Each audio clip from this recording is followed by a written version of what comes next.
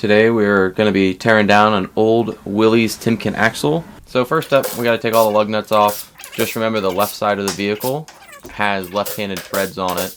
So when you're taking those lug nuts off, it's righty-loosey, lefty-tighty. And then on the driver's or the passenger side, you're going to have right-handed threads. So it's normal. So I just put it up on some blocks and lift it. So that way it's a little bit easier to pull the drum and hub off and all that. So first up, you're going to pull off your dust cap, and then you're going to see, once you get inside there, you'll see a nut. Normally the nut will have a cotter pin going through it that hold it on to the axle shaft. This one didn't have that, so kind of got lucky. You just find the appropriate socket, 1 7/16.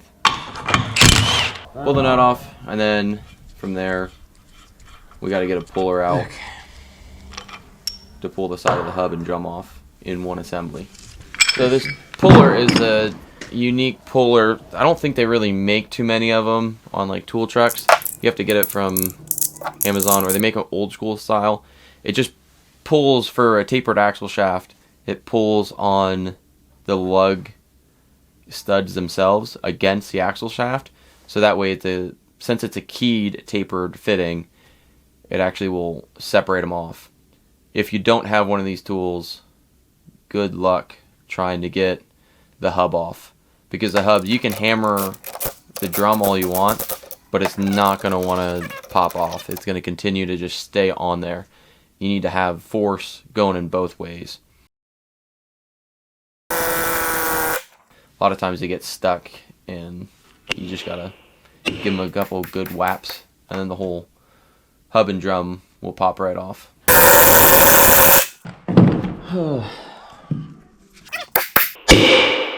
There we go. Oh, what a nice mouse nest in there.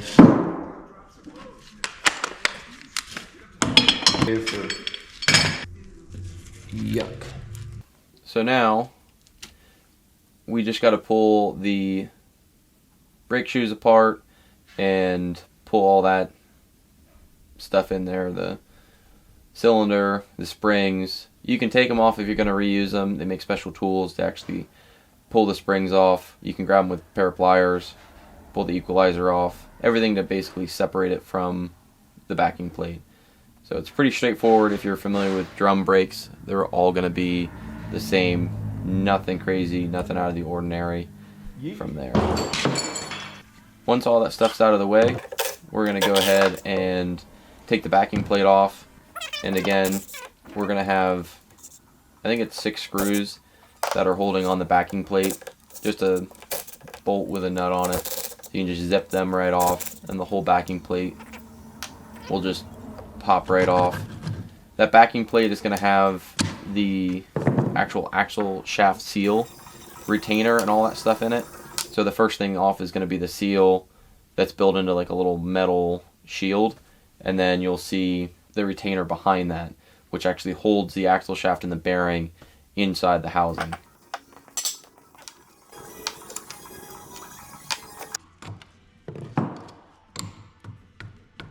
And then once you get your backing plate off, you have to go ahead and pull your axle shaft out. That never happens. What you want to do is you want to take your axle nut that we took off in the very beginning under the dust cap. You want to thread that back on, and if they're really stuck, you can get a slide hammer and basically get 2 of the fingers on the slide hammer and put on the nut and slide it off. In this case, it came right out. We didn't have any problems. It wasn't stuck in there. I actually just pulled it out with my fingers. So we're just going to go ahead and repeat that process on the other side, get everything torn down, and then from there we're going to go and take apart the pinion.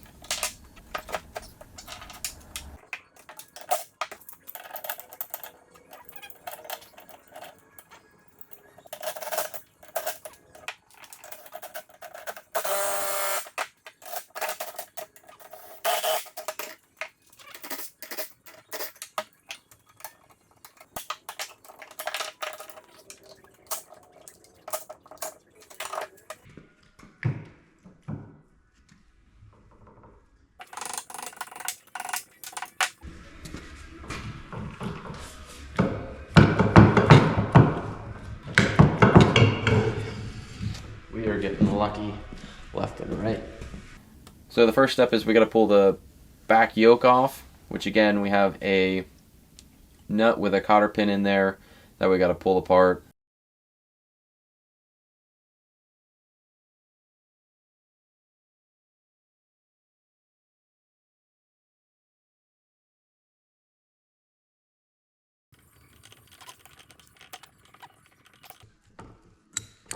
Get that cotter pin up and out of there.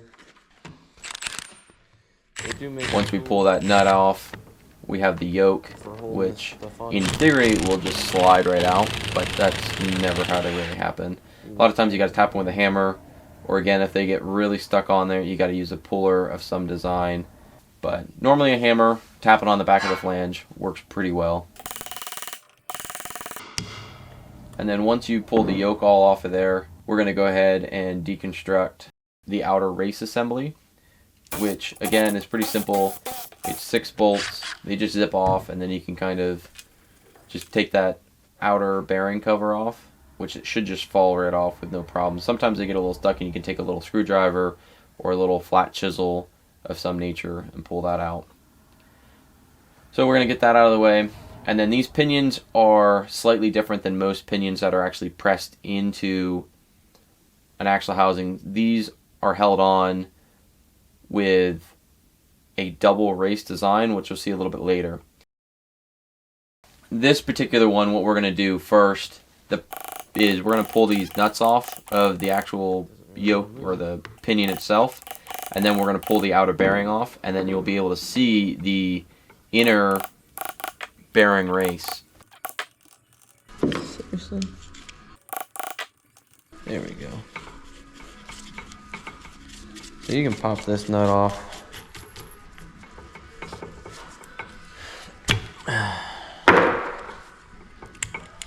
And then this is that washer. So these 2 nuts that they put on for this pinion, they put a metal washer in between them, which basically locks the jam nut up against the tension nut, and it has metal tabs that are bent over it. So you just gotta pry those straight, and then from there you can just take your nuts off as normal. It's pretty simple, pretty straightforward, nothing crazy about it.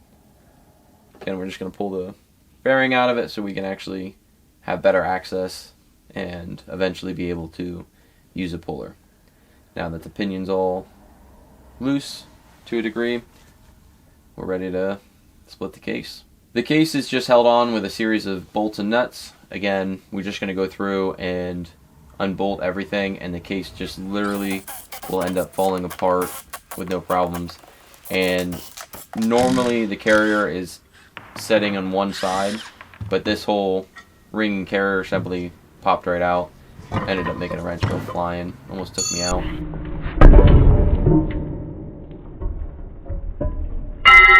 Did you see that? But that all falls apart. We get the ring gear and the carrier out of the way with the other axle tube, and then it comes to actually pulling the pinion out, which is the most challenging part of the whole thing. They have a tool that goes down inside the bearing race and pulls that out against the pinion, and then the pinion will just slide right out. But again, that tool is pretty expensive, and they don't technically make it for this application. You would modify a different tool to make it work, at least in my knowledge. So here's an example of what a pinion and a bearing and race assembly would look like once it's pulled out of the actual tube. So it's a wider bearing race, and it's pressed in there pretty tight. I basically made this piece of plate. Now this is made out of 3/16, which is not strong enough. You can see that I've already used it once and it bent pretty good. And so I tried flipping it over here with my other all thread, and it didn't really work. But basically this is a piece of plate steel with 6 holes drilled into it with a smaller hole in the center, and you slide it over the pinion itself, put the nut back on it, and then you run all thread up through each hole, and then you run one nut into the actual housing, and then the other nut runs up against the plate and starts to force it apart. Normally that works pretty well. It worked well for the first one, even though it bent and carried on. This one here, was a royal pain. I think because everything was already bent, it wasn't strong enough. So I'm going to end up remaking this tool and showing a better, more proper way, and not one that you fight with. But this really just goes to show how tight these things are actually in there. And you can try and tighten the nut back up to put a little bit more tension on. I was trying to use an air hammer on the plate to actually try and force it out that way because my arm was getting tired from hammering. But at the end of the day, it was just a lot of hammering and forcing it out, and then it finally came out. But as you can see, this is the hardest part of the teardown. Completely trying to separate everything out, and nothing was really working. The puller was bent and kind of damaged, so it wasn't working the proper way. I have to remake it. I was trying to use an air hammer and tightening the nut back up, and it was just kind of destroying the actual puller that I made. But at the end of the day, a lot of hammering, brute force. Thankfully I didn't damage anything. It might look like I did, but everything threads on, everything's good, there's no damage. It came out pretty nice. So I'll have to make another video on an actual tool that is better, with some better specs, so that way if you're trying to tear it apart, you don't have to go through the learning phase of how to build a tool to actually pop it out. It'll just be the right thing from the beginning. I hope you liked it. I hope you enjoyed it. I'll see you next time.